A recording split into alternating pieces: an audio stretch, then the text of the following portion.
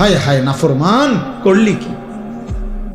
মায়ের দুধের এত বড় বেইজ্জতি করলি, মায়ের দুধের এত বড় অপমান করলি নাফরমান।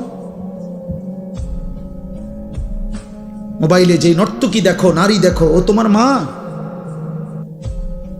ও তোমার বোন, ও তোমার বিবাহিত স্ত্রী। ওকে দেখো কেন? যদি বলো না, তাহলে তোমার মাকে এমন কেউ দেখুক তুমি যেমন দেখতে চাও। কথা বলে না? এই নাফরমান, বলো না কেন? তোমার বোনকে এমন দেখুক, তোমার স্ত্রীকে এমন দেখুক, বলো। নবীজি এক যুবককে এই প্রশ্নটাই করছিলেন না? নবীর জামানায় এক যুবক বলছিল, ইয়া রাসূলুল্লাহ, আমি জিনা করতে চাই, ইযান লি বিজিনা, আমারে জিনার অনুমতি দেন। নবীজি তখন তাকে 5টা প্রশ্ন করছে, 5টা। বলছে, যুবক বলো তো, তুমি কি চাও তোমার মায়ের সাথে কেউ জিনা করুক? যুবক বলছে, লা, না। তোমার মেয়ের সাথে কেউ জিনা করুক? লা, না। তোমার বোনের সাথে কেউ জিনা করুক? লা, না। তোমার ফুফুর সাথে কেউ জিনা করুক? লা, না। তোমার খালার সাথে কেউ জিনা করুক? লা ইয়া রাসূলুল্লাহ, না নবী, আমি এটা চাই না, আমি এটা মানি না নবী। আল্লাহ নবী বললেন, ওয়ালান নাসু লা ইউহিব্বুনাহু লিউম্মাহাতিহিম ওয়া বানাতিহিম ওয়া আখাওয়াতিহিম ওয়া আম্মাতিহিম ওয়া খালাতিহিম। তাহলে যুবক, কোনো মানুষও তো চাইবে না তার মায়ের সাথে কেউ জিনা করুক, তার মেয়ের সাথে কেউ জিনা করুক, তার বোনের সাথে কেউ জিনা করুক, তার ফুফুর সাথে কেউ জিনা করুক, তার খালার সাথে জিনা করুক। তাহলে যুবক, তুমি যেই নারীর সাথে হারাম সম্পর্ক করতে চাও, সেও তো কারো মা, কারো বোন, কারো কন্যা, কারো ফুফু, কারো খালা। তুমি যেটা চাচ্ছ না নিজের জন্য, সেটা তুমি অন্যের জন্য। তারা মানবে কিভাবে? যুবক চিৎকার দিয়া কাঁইদা বলছি, ইয়া রাসূলুল্লাহ, আমি আজকে তওবা করলাম, কসম করলাম আর কোনো দিন এমন হারাম করব না, হারাম নারীর কাছে যাব না। আল্লাহ নবী বললেন, কাছে আসো। তো যুবককে কাছে নিয়ে নবী তার বুকে হাত দিয়ে আল্লাহ নবী দোয়া করে দিছে, 3টা দোয়া। আল্লাহুম্মা গফির যামবাহু, আল্লাহ আমার এই যুবকের গুনাহগুলো মাফ করে দেন। ওয়া তাহহির কলবাহু, আল্লাহ তার অন্তর পবিত্র করে দেন। ওয়া হাসসিন ফারজাহু, তার লজ্জাস্থানকেও পবিত্র করে দেন। সাহাবারা বর্ণনা করছেন যে আল্লাহর কসম, এই যুবক আর কোনোদিন কোনো ভিন নারীর দিকে তাকায় না। তোমার মাকে দেখো, তোমার বোনকে দেখো। আয-যিনা কারজুন। অনেক নওজোয়ান, এত রাত কষ্ট করছো তোমরা, এই জন্য বললাম, এই বন্ধুর কথা মনে রাখো আব্বা। আয-যিনা কারজুন। ইমাম শাফিঈ রাহমাতুল্লাহ আলাইহি বলছেন, ব্যভিচার, জিনা, নারীর সাথে হারাম সম্পর্ক, এটা কর্জ, কর্জ মানে ঋণ, হাওলাত। ঋণ পরিশোধ করতে হয় না? করতে হয় না? কথা বলেন আব্বা, বলো না। ঋণ শোধ করতে হয়নি? কথা বলেন। খোদার কসম, ইমাম শাফিঈ রাহমাতুল্লাহ আলাইহি জামানার শ্রেষ্ঠ মুজতাহিদ ছিলেন তিনি বলছেন, এই নারীর সাথে হারাম যত সম্পর্ক যদি কেউ তওবা না করে আর আল্লাহ যদি মাফ না করে, খোদার কসম তিনি বলছে, হে যুবক, তোমার পরিবারের কাউকে দিয়ে তা শোধ দিতে হবে। আয-যিনা কারজুন, শোধ দিতে হবে, শোধ।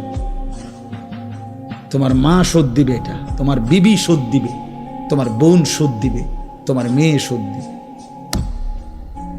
আল্লাহর কসম, এটা কিতাবে আছে, আদ-দা ওয়াদ-দাওয়া কিতাবে আছে। ইমাম ইবনুল কাইয়িম আল জাওজি রাহমাতুল্লাহ আলাইহি লিখছেন, আয-যিনা কারজুন। যদি তওবা না করো, তিনি বলছেন আল্লাহ যদি মাফ না করে, তোমার পরিবারের কাউকে দিয়ে তা শোধ দিতে হবে। ওয়েট, কার জন্য এই চুল সাজাইছ আব্বা? এই যে মুশরিকের মতো যারা চুল রাখছো, কাকে দেখাইতা এটা?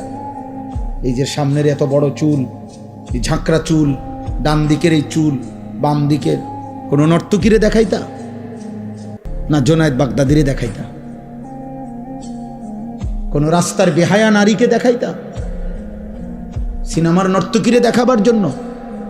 কোন হারাম অশ্লীল বেহায়া কোন নারীকে?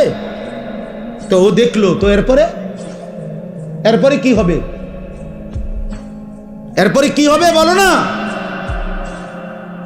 বেহায়া নারী, বেপর্দা নারী, মোবাইলের নারী, টিকটকের নারী, সিনেমার নারী, নাটকের নারী, ওর কাছে তো কিচ্ছু নাই, কিচ্ছু নাই। ওর যা ছিল অত টাকার মূল্যে বিক্রি করে দিছে, অত পয়সা মূল্যে জীবন বিক্রি করে দিছে, যৌবন। ওর কাছে আছে কি আর? তুমি আর পাইবা কি সেটা? ও তো তোমার জন্য সাজে নাই, ও তো টাকার জন্য সাজে। ও তোমার জন্য নাচে না, ও টাকার জন্য নাচে। ও তো তোমার জন্য গায় না, টাকার জন্য গায়। ও তোমার জন্য অভিনয় করে না, ও তো টাকার জন্য অভিনয় করে। ও তো নিজেই বলে আমি একজন অভিনয় শিল্পী, আমি মূলত আসল কিছু না, আমি অভিনয় করি, অভিনয় অভিনয়, আমি ধোকা দেই, ধোকা ধোকা। নাকি বলেন ভাই? মুজিব ভাই কয় অভিনয়, হে নিজে কয় নাই? সেই তো বলতেছে আমি অভিনয় শিল্পী, আমি অভিনেতা, আমি অভিনেত্রী, মানে আমি অভিনয় করি, আমি ধোকা দেই, আমি আসল না, আমি আসল না। অতএব দয়া করে রাত গভীরে কষ্ট করছেন প্রিয় নওজোয়ান, মায়ের হক আদায় করো, রবের হক আদায় করো। আলহামদুলিল্লাহ রব্বিল আলামিন। আল্লাহ বলছে বান্দা সমস্ত প্রশংসা আমি আল্লাহর জন্য। চারিদিকের যত আয়োজন, সৃষ্টির যত আয়োজন, যেখানে যা, যেখানে যত সুন্দর, যেখানে যত হাসি, যেখানে যত মায়া, যেখানে যত ভালোবাসা, যেখানে যত রূপ, যেখানে সুন্দর, সবই আমার, সবই আমার। ফুল হাসে আমি দিয়েছি, পাখি হাসে আমি দিয়েছি, গাছ সুন্দর আমি দিয়েছি, হ্যাঁ স্ত্রী সুন্দর আমি দিয়েছি, ছোট্ট সন্তান সুন্দর আমি দিয়েছি, চোখের সুন্দর আমি দিয়েছি, হাতের সুন্দর আমি দিয়েছি। গোটা কায়নাত বান্দা আমি আল্লাহ নিজ হাতে ইন্না জাআলনা মা আলাল আরদি জিনাতাল লাহা, জমিনের সব কিছু আল্লাহ বলে বান্দা আমি সৌন্দর্যময় করে আমি বানাইছি, আমি বানিয়েছি, আমি সাজিয়েছি। অতএব সব প্রশংসা আমার, কারণ সবই তো আমার। কার? আল্লাহ। আল্লাহ। তুমি আমাকে ডাকো না কেন? চারিদিকের যত আয়োজন সব তো আমার, তা আমার কথা মনে পড়ে না?